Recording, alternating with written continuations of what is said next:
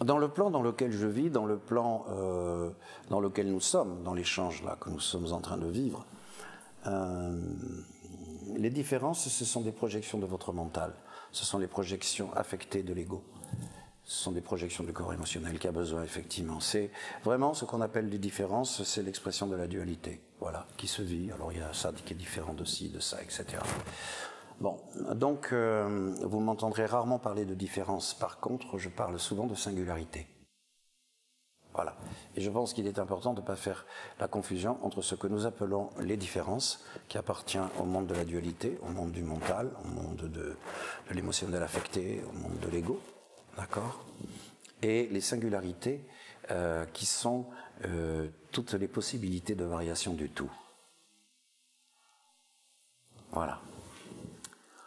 Je donne un petit exemple. Imaginons que Dieu soit un puzzle. Imaginons que Dieu soit un gigantesque puzzle. D'accord? Bon, c'est un puzzle. C'est un tout. D'accord? Vous me suivez? Bien. Est-ce que vous pouvez imaginer un puzzle avec deux pièces identiques? Non. Ça ne marchera pas. Pourtant, elles s'emboîtent toutes les unes dans les autres et elles forment un tout. Chaque pièce est une singularité. C'est une des possibilités d'expression du divin. Dieu est multiforme. L'amour est multiforme. Ce qui est extraordinaire d'ailleurs, c'est que l'amour crée les formes, puis il les voile, il les fait disparaître, il en crée d'autres. C'est de la magie. C'est pour ça que je parle de singularité, ce sont les aspects, voilà.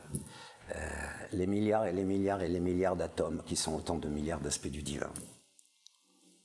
Voilà. Mais les différences, voilà, le mot différence pour moi est un mot qui vraiment exprime le plan de la dualité, avec toutes les déclinaisons, parfois assez glissantes, dans lesquelles ça peut nous faire tomber.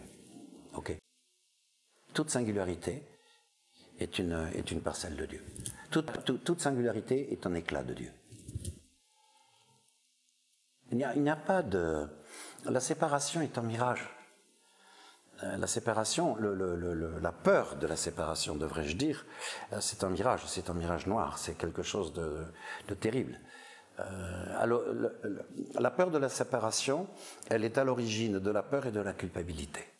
Bon, c'est un sujet très vaste, je ne sais pas si on peut aborder ça aujourd'hui, mais en réalité, c'est une illusion créée par l'ego lui-même. L'ego, c'est le grand illusionniste, c'est le grand séparateur, c'est le grand dissociateur. Il a un bras armé redoutable, c'est le mental. C'est la dissociation permanente, c'est la guerre permanente. L'ego a besoin de créer des frontières partout, dans tous les domaines. Mais toutes les singularités, quelles qu'elles soient, sont l'expression, sont l'éclat de Dieu.